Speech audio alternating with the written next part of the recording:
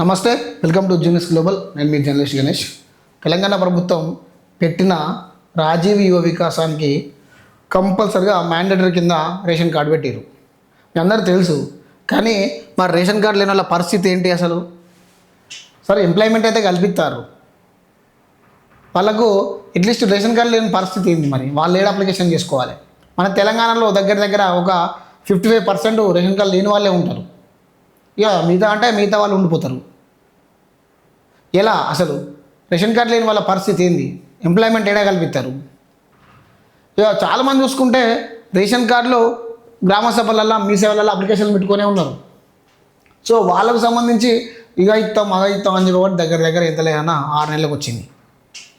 ఇంకా రేషన్ కార్డుల మీద ధ్యాసే లేదు. ఇక మళ్ళీ జూన్కు పెట్టారు. మరి జూన్ పెడితే అప్పుడాన్ని ఇస్తారని కూడా తెలియని పరిస్థితి. ఇప్పుడు ఈ రాజీవ్ యువ వికాసానికి మ్యాండేటరీగా కంపల్సరీ కావాల్సింది ఏంటిది? Ration card. మీకు నేను చూపెడతా. రేషన్ కార్డు OBMMS సైట్లో ఇందులో ప్రధానంగా సరే ఏ డీటెయిల్స్ అనేది లేకున్నా కానీ ప్రధానంగా కావాల్సింది మాత్రం రేషన్ కార్డు కంపల్సరీ.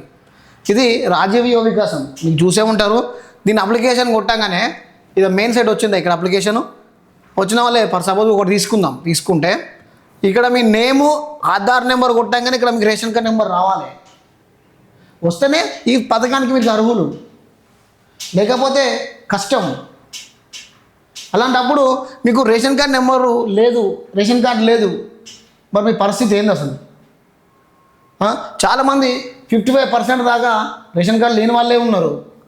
వాళ్ళ పరిస్థితి ఏంది అసలు? దీని మీద దృష్టి పెట్టద్దా గవర్నమెంట్?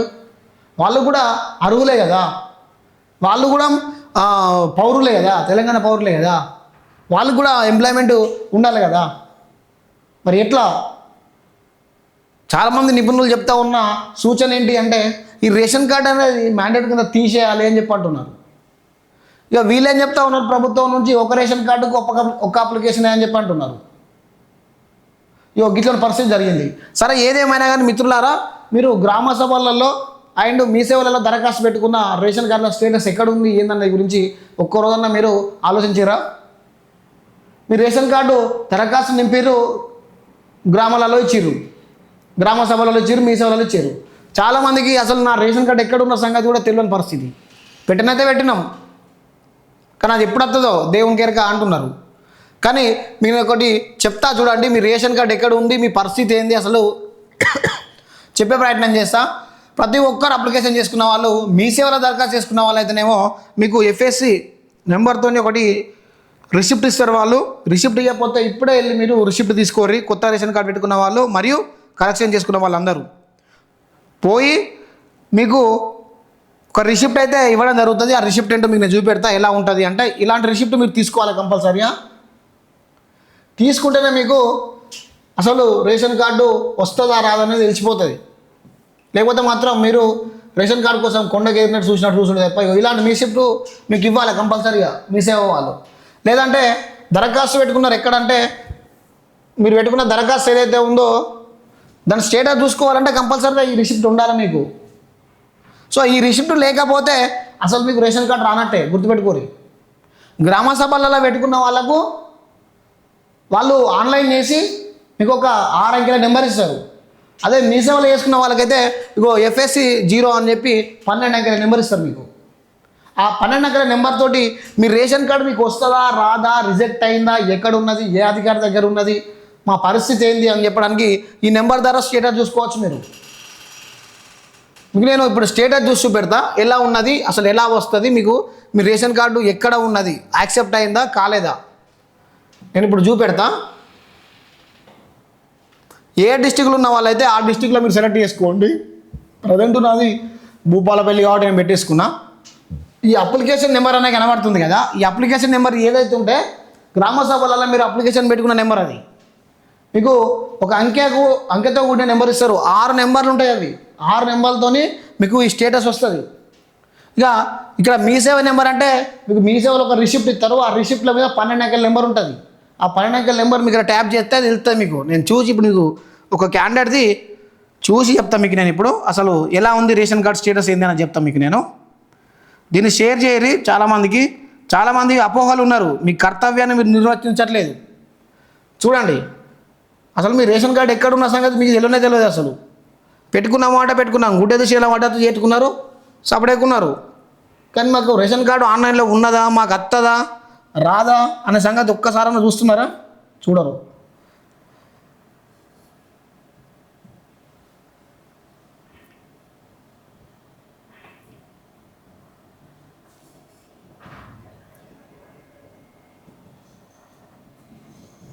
ఇట్లాంటి 12 అంకెలు నెంబర్ కొట్టితే మీకు అసలు ఏంటి అనేది తెలిసిపోతుంది. సెర్చ్ నొక్కండి. ఇక్కడ చూడండి, కొత్తగా పెట్టుకున్న వాళ్ళ స్టేటస్ ఎట్లా ఉందో చూడండి.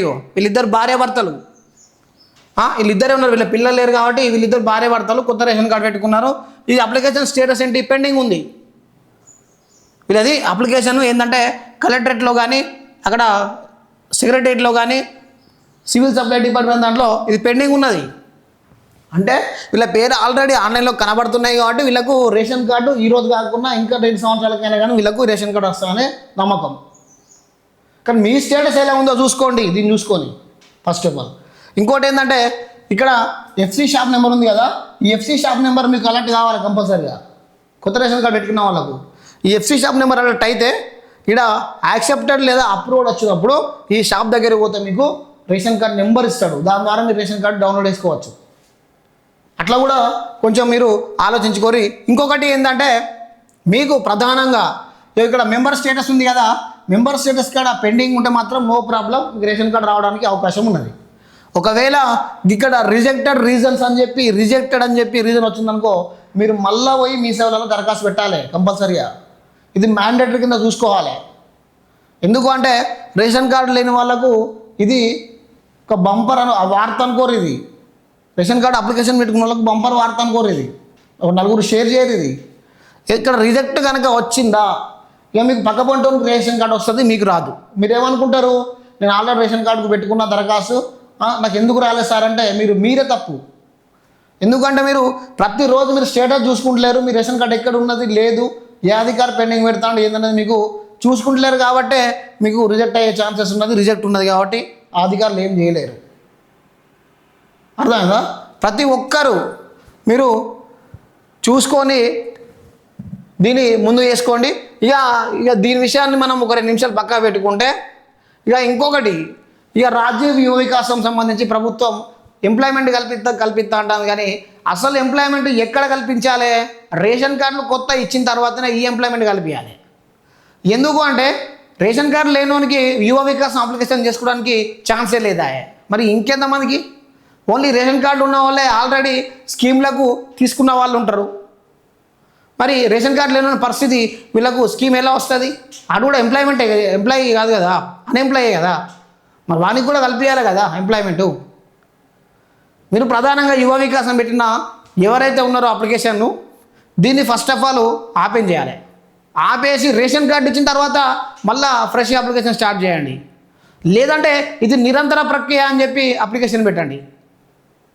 ఎందుకంటే మీరు ఏప్రిల్ 5 తారీఖు నాడు ఎండ్ చేస్తే రేషన్ కార్డులు ఉన్నోళ్ళే పెట్టుకుంటారు, లేని వాళ్ళ పరిస్థితి ఏంటిది అది చెప్పండి కదా ముందు.